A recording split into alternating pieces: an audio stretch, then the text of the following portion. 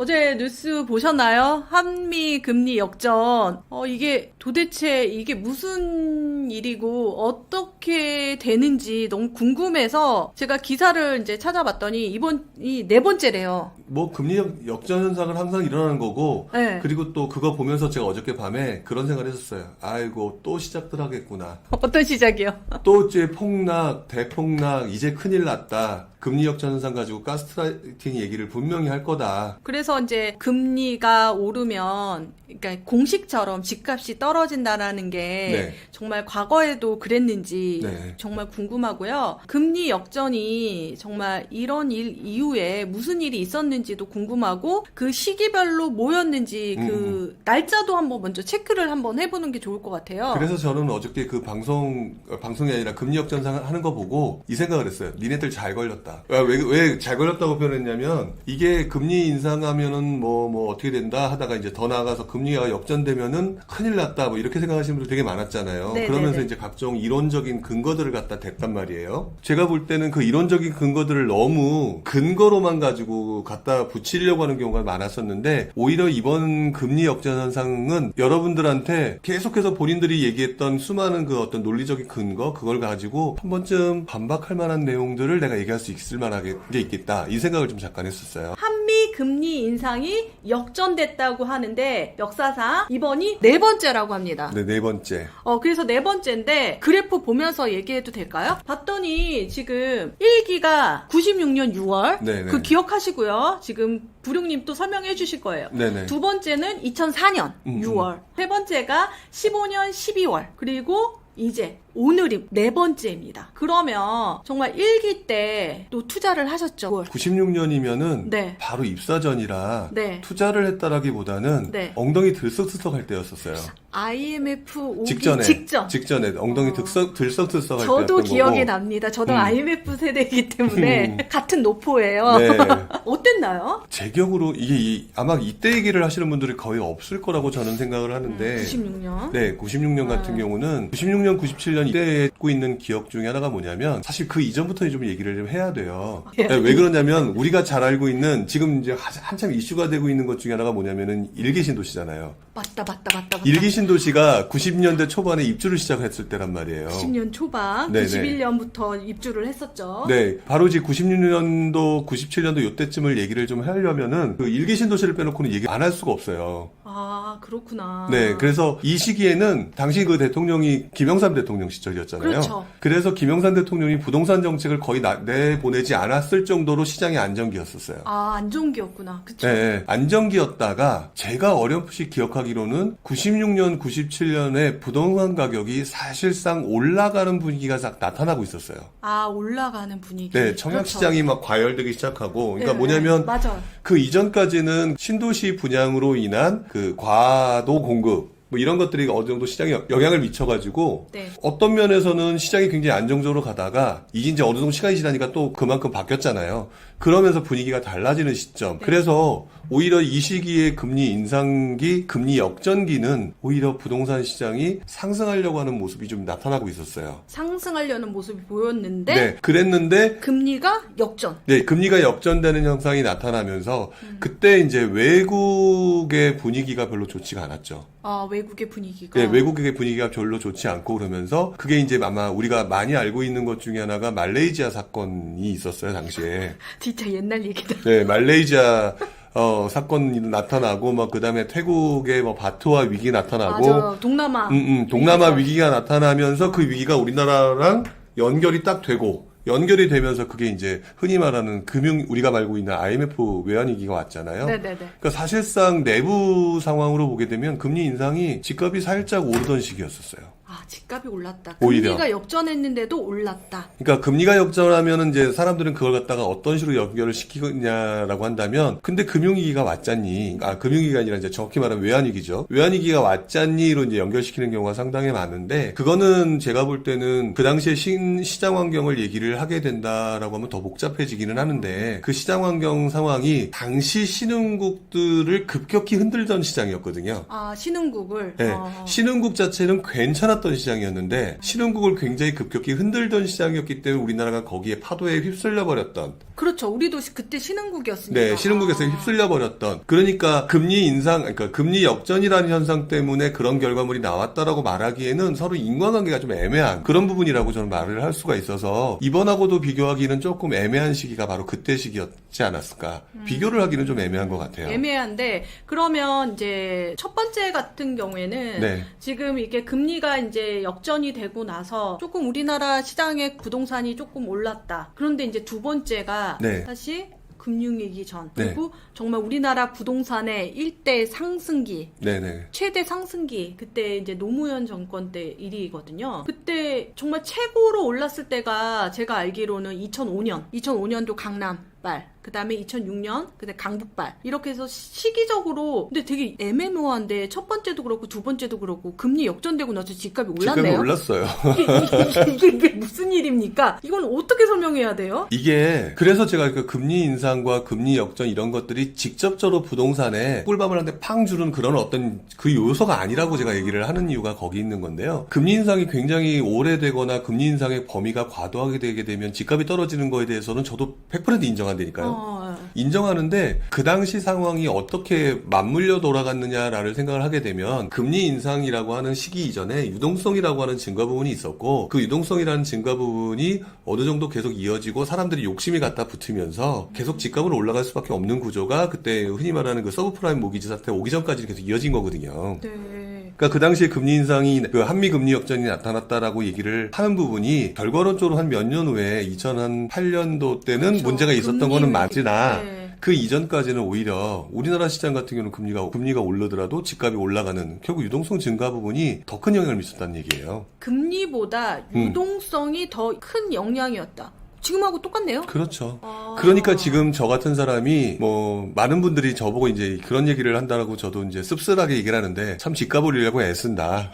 라고 늘 얘기를 하시는데 뭐 집값 오르는 거랑 저는 상관이 없어요. 시장 환경이라고 하는 부분은 제가 볼 때는 지금 과도한 금리 인상이 지금 나타나고 있는 건 맞고요. 네. 그런 부분이 시장에 언제든 분명히 영향을 줄 것도 맞는 것 같아요. 네. 근데 그런 부분이 같이 말한 대로 영향을 미치려고 한다면 자연스럽게 나타나는 현상은 유동성의 감소라고 하는 부분이 눈에 확실하게 보여야 되고요. 유동성의 감소. 네. 그렇죠. 금리를 올리니까 요즘 적금이 되게 대세거든요. 그러면서 적금하려고 이렇게 돈이 이제 들어오게 되니까 유동성이 또 잠겨야 되는데 그렇게 볼 수가 있네요. 금리가 올라가면 사실은. 그렇죠. 거기다가 그 지금 아까 보여드렸던 그 화면을 보면 2004년부터 몇 년 그렇게 나와 있었잖아요. 네네. 2004년. 네, 2004년부터라고 되어 있잖아요. 네네. 2004년부터 지금까 그 2006년도까지 그때를 보게 되면 집값이 굉장히 많이 올랐을 때란 엄청 말이에요. 많이 올라요. 그러니까 금리가 오르는데도 집값이 올랐다?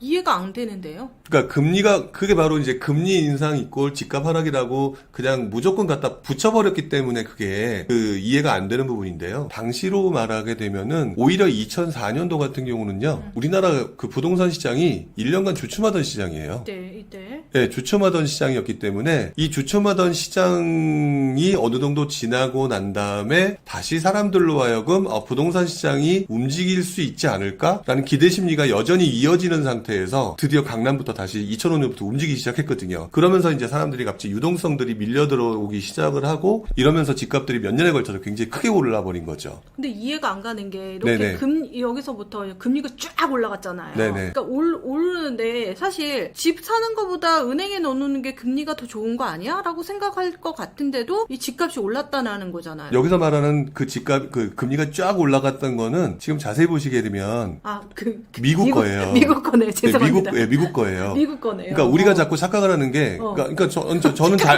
잘 표현해 주신 게 맞는 게 뭐냐면, 미국 금리 인상이 한국에 영향을 미치는 거는 남의 나라기 때문에 약간의 시차를 두고 나타난다는 거고요. 시차를 두고 나타난다는 거고요. 시차를 두고 나타나기 때문에 우리나라도 금리도 올라와 버린 거예요. 올라버렸네요. 그렇죠. 올라버렸기 때문에 나타나는 현상들이 올랐기 때문에 결국에는 이제 부담이 되는구나라고 하는 부분이 시간이 경과하면서 발생한 거죠. 이게 시간차로 나오네요. 네, 시간차로 발생하는 거예요. 아. 그러니까 지금 한미 금리, 기준금리 이제 역전됐다라고 하는 부분이 그 자체가 공포스러운 게 아니라 이 상황으로 인해서 유동성이 줄고 그 다음에 금리는 계속 인상되고 이런 부분이 얼마나 계속될 거냐, 그것 때문에 얼마나 사람들이 힘들어할 거냐가 앞으로가 굉장히 중요한 포인트고요. 저는 앞으로 이 부분이 1년간이 가장 중요한 포인트라고 봐요. 1년간이? 네. 왜 그러냐면 1년간을 지나게 되잖아요. 네. 1년간을 지나는 과정에 아마 오늘 기사뿐만 아니라 며칠 이후의 기사가 계속 나올 거라고 보는데 사실 지금 금리 인상한 이유를 생각을 해보게 되면 물가 인상이거든요. 물가 급등이거든요. 물가. 미국 같은 경우는 40몇 년 만에 처음이라고 얘기를 하고 네네네. 우리나라 같은 경우는 지금 그 IMF 외환위기 이후 처음이라고 얘기를 하잖아요. 바꿔 말하면 그동안 20여 년간 또는 미국 같은 경우는 40여 년간 경험해 본 적이 없는 속도의 물가 상승률이란 말이에요. 그쵸. 그러면 그 어떤 것보다 더 큰 위기가 물가 상승이에요. 물가 상승. 딱 그동안은 우리나라한테 제일 큰 위기는 경제 침체였거든요. 네, 맞아요. 근데 지금 그 물가 상승이라고 하는 부분이 올라가는 속도가 그동안 보지 못했던 엄청난 상황이다. 그러니까 그 물가 상승하고 경기 침체 중에서 어떤 걸 먼저 할 거냐? 물가 상승부터 잡읍시다라가 얘기가 되는 게 지금 현재의 모습인 거예요. 그리고 있다가 지금 이제 물가 상승률이 계속되면서 금리를 인상하는 속도가 지금 뭐 자이언트 스텝, 빅 스텝 계속 얘기 나면서 올라가고 있잖아요. 이런 상황이 발생되게 되면은 앞으로 1년 안에 경기 침체 이거 어떻게 할 거냐? 다시 원래대로 돌아갈 가능성이 높아요. 원래대로 어떻게 해요? 경기 침체 부분에 대해서 물가 상승 때는 금리 올렸잖아요. 네. 근데 금리 올리는 속도를 0.75 지난번에도 그랬고 이번에도 그랬잖아요. 네네네. 그러면 뭐 1점 몇 %가 갑자기 막 튀어오른 거란 말이에요. 그쵸. 그러면 웬만한 사람들이 힘든 거는 당연한 거고. 그러면 이제 물가 상승이 어느 정도 주춤하는 상황이 온다. 그럼 경기 침체로 가겠네. 그러면 당장의 문제는 이제 경기 침체가 더 큰 문제로 올 거라는 거죠. 아, 그러면 보나마나 신문지상이나 또는 이제 뭐죠 연준 의장, 네. 제롬 파월 연준 의장 같은 경우도 그때부터는 또 다시 그 액션을 달라질 수밖에 없을 것이다. 왜 달라질 수밖에 없느냐? 지금은 물가 인상이라고 하는 말도 안 되는 그런 경험해보지 못했던 몇 년간의 그 상황이 나타났던 것이고 앞으로는 물가 인상이 좀 주춤해진다라고 하면은 그게 끝나는 게 아니라 경기 침체 문제가 발생이 될 거니까 그때 시점에 다시 경기 침체 얘기가 나오면서 금리 인상 부분에 대한 속도와 이것들을 뭐 조정하네 어쩌네 이러면서 시중에 대중들의 반응을 보기 시작하겠죠. 그건 아주 뻔한 현상이고요. 앞으로 그렇게 될 가능성은 제가 볼 때는 100%예요. 그렇기 때문에 지금 그렇게 되는 상황이 그럼 부동산 시장을 보는 우리 입장에서 보게 되면 지금 한미 금리 역전 현상이 나타났으니까 집값이 떨어진다? 아니라니까요. 그런 현상이 아니라 금리 역전성이 났고 그 역전성이 나타났던 것들이 일반적으로 외화 유출이라든지 이런 현상들이 나타날 거기 때문에 보나마나도 이제 통화 수합 얘기가 나오기 시작할 거예요. 또 통화 수합. 수합. 네, 미국과 통화 수합이 깨졌잖아요. 네네. 근데 해준대요. 그러니까 마이너스 대출 해준대요. 네, 그러니까 그런 것들이 또 나오기 시작할 거고 그거 괜찮아지게 되면은 자연스럽게 통화 수합 됐으니까 시장 안정이 어느 정도 괜찮아지겠지. 그럼 경기 침체도 어느 정도 방어가 되겠지. 네네네. 그러면 또 마음 편하게 그러면 투자를 어디로 하는 게 좋을까? 또 이 사람들의 심리가 또 이렇게 바뀔 가능성이 높겠죠. 네. 지금 막 금리 인상 역전됐다고 하니까 되게 공포감이 생기는데요. 과거에 이제 이게 네 번째로 이제 생겼는데 지금 보게 되면 이제 세 번째로 한번 보면요. 2015년 12월 3기 때 또 쭉 올렸단 말이에요. 네, 그렇죠. 그런데 우리는 그렇게 많이 올리진 않았어요. 그러고 나서 이게 어떤 현상이 벌어졌는데 역전이 또 되니까 사실 역전이 안 되는 게 저희한테는 좋은 거죠, 사실은. 그러니까 우리가 금리 역전 현상을 자꾸 얘기하는 게 환율하고도 영향이 있어서 그런 건데요. 환율 엄청 결국 이제 외화 유출 때문이에요. 그리고 또 바꿔 말하면 금융 위기 때문이에요. 외화 유출이 되게 되면 결국 외화가 급격하게 빠져나가는 거고 급격하게 빠져나간다는 얘기는 금융위기가 발생될 수 있고 우리나라의 금융 시스템이 붕괴될 수가 있다. 이 부분에 대한 걱정을 하는 거거든요. 근데 우리 지난번에 그 금융위기 두 번의 상황을 생각할 때 아까도 얘기했지만 우리 뭐라고 표현했냐면 우리나라는 신흥국이라고 표현했어요. 근데 지금 그런 상황인가? 라고 보면 그 정도는 아니에요. 그 정도도 아니고 흔히 말하는 신흥국이라고 지금도 뭐 인정을 받고 있는지는 모르겠지만 그 상황에서는 거의 하위 레벨일 거예요. 그러니까 위기가 발생할 가능성이 떨어지는 최저 레벨 이 레벨이기 때문에 신흥국들에서 위기가 발생을 하게 되고 그 외화 유출이라고 얘기하는 부분들이 지난 20년간 우리가 경험했던 그 경험 가지고 얘기하는 거지 이제 외국이 우리나라를 보는 기준이 좀 많이 달라졌고 그렇기 때문에 금융위기가 발생하기는 사실상 그렇게 쉽지 않은 부분도 있는 거고 그 다음에 우리나라 같이 투자해놓고 안정적인 나라가 몇 군데가 되겠느냐라는 생각도 해보면 예전과 비교해서 많이 달라졌으니까 그래서 지금 저 같은 경우는 금리 인상도 우리나라가 그래서 버티고 있었던 것도 있다고 봐요. 미국이 올리면 우리나라 외화 유출이 되는 문제 때문에 빨리 올렸어야 되는데 이 정도는 견딜 수 있어 라고 하는 것 때문에 지금까지 올리는 부분을 좀 덜 올리고 이따가 이제 올리고 있는 거잖아요. 이제 올리고 있는 거고 어쨌든 2018년도를 생각해 보게 되면 뭐 금리 역전이 일어났으면 뭐 큰일 날 것 같처럼 얘기를 했었지만 사실 그때도 2018년, 19년, 20년 집값 엄청나게 오르던 시기거든요. 그러니까 결국에는 금리 역전이다 또 금리 인상이다라고 하는 부분이 집값 하락이다라고 얘기를 하는 거는 저는 아니라고 봐요. 그거는 100% 아닌 거라고 보고 그 환경이 쌓여가면서 나타나는 우리의 그 어떤 그 금리 인상에 대한 부담감 그 다음에 그거에 대한 어떤 그 내수 위축 뭐 이런 것들이 같이 맞물려 돌아가줘야 그리고 난 다음에 그 부분이 몇 년이 걸려가면서 몇 년의 시간이 지나가면서 어느 정도 시장에 영향을 주고 그러면서 집값이 떨어지고 그 다음에 금리는 다시 이제 상승하는 부분은 좀 하락하게 되고 이런 부분이 나타나게 되는 거겠죠. 그러니까 저는 그래서 지금 금리 역전을 얘기하는 것들은 가스라이팅이에요. 그러면 부릉님 걱정 안 해도 되는 거예요? 지금 현재는 저는 걱정할 정도까지는 아니다. 근데 아까 뭐 1년 뒤에 봐야 된다고 그러는데 1년 뒤에 집값 떨어지면 어떡해요? 집값이 떨어진다는 거는 저는 이런 말 하면 좀 어떻게 생각하실지 모르겠지만 집값이 그동안 많이 오르고 난 다음에 나타나는 현상 중에 집값이 떨어지는 거는 저는 당연한 현상이라고 봐요. 일정 시간 조정받는 건 당연하다. 일정 시간 조정받는 거. 네, 너무너무 당연한 현상이에요.